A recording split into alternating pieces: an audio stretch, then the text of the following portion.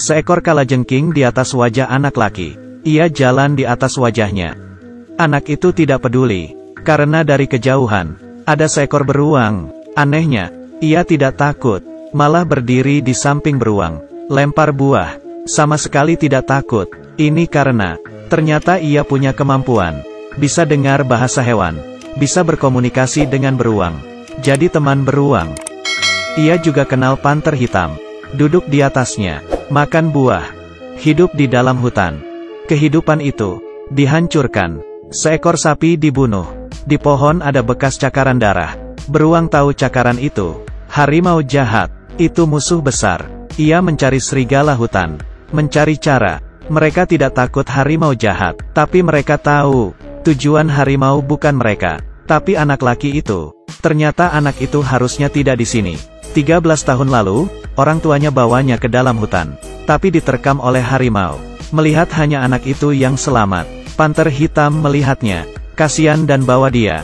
Ia pemeran utama. Ia dirawat sekelompok serigala. Serigala adalah makhluk sosial. Anak itu akan aman.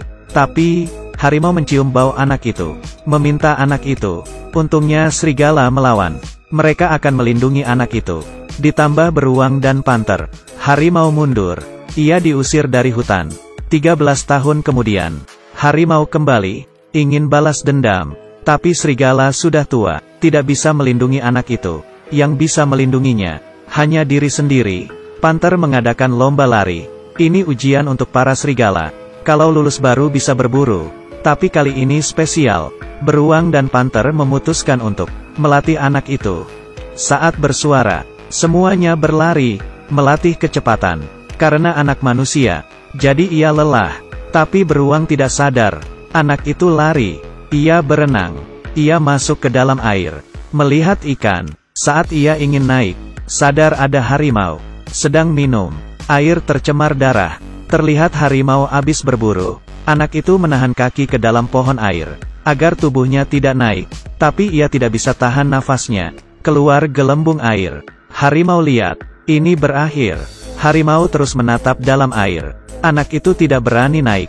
Hampir kehabisan nafas. Untungnya, tidak lama, harimau pergi. Anak itu naik dan kabur. Tapi harimau sadar dan mengejarnya. Tiba-tiba anak itu masuk ke lubang. Ada duri bambu di bawah. Saat lihat, harimau udah sampai. Saat anak itu putus asa, ada sebuah belalai. Mengangkatnya keluar. Harimau sudah pergi. Saat lihat, ternyata gajah menolongnya. Setelah menolong, gajah pun pergi. Anak itu, malam itu dengan panter terbangun. Melihat di bawah ada sekelompok orang, seperti sedang mau berburu. Tiba-tiba panter berkata, "Kamu ikut mereka." Ternyata lihat kejadian pagi. Panter merasa anak itu tidak bisa melindungi diri sendiri. Sangat tidak aman. Kalau kembali ke manusia, harimau tidak akan masuk. Tapi anak itu tidak setuju. Ia besar di sini, merasa sudah jadi bagian keluarga. Tapi demi keamanannya, panter berkata, "Kalau kamu tidak lulus pelatihan, kamu harus pergi dari sini." Ia pun setuju. Sampai di hari pelatihan, akan ada satu pemenang. Kali ini, panter. Kalau ditangkap olehnya, berarti gagal. Anak itu tahu demi diri sendiri. Hanya bisa berusaha. Semua mulai bersiap. Terdengar suara. Dimulai. Ia seorang manusia dengan cepat dilewati. Tapi ia juga punya kelebihan. Melihatnya lompat dari tebing. Gantung di atas pohon. Masuk ke lubang. Setelah keluar dari lubang, sudah berhasil mendahului serigala. Ia terus mengambil jalan pintas. Jarak semakin dekat. Lewat latihan ini, tiba-tiba ia ditangkap panter. Dikalahkan. Ia merasa tidak adil. Kepadanya, di dalam hutan tidak pernah adil. Ia marah dan lari. Ia tidak tahu panter ingin melindunginya. Ia hanya tahu, keluarganya membuangnya. Di tebing, sekelompokan monyet menariknya. Ia diserang. Karena tenaga monyet, ia pun dibawa ke goa. Familiar dengan yang dilihatnya. Betul, harimau. Ternyata harimau menyuruh monyet untuk menangkapnya. Setelah penantian 13 tahun, saat mau beraksi, beruang dan panter datang. Mereka berdua diserang.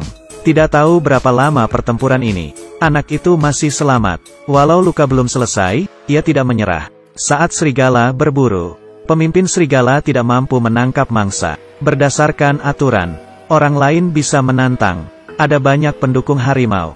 Mereka menyerang. Pemimpin awal sampai terluka. Anak itu tidak kuat. Ia tahu mereka takut api. Ia mengambil api di tempat manusia, dan lari kembali. Ternyata harimau juga takut api. Ia kabur.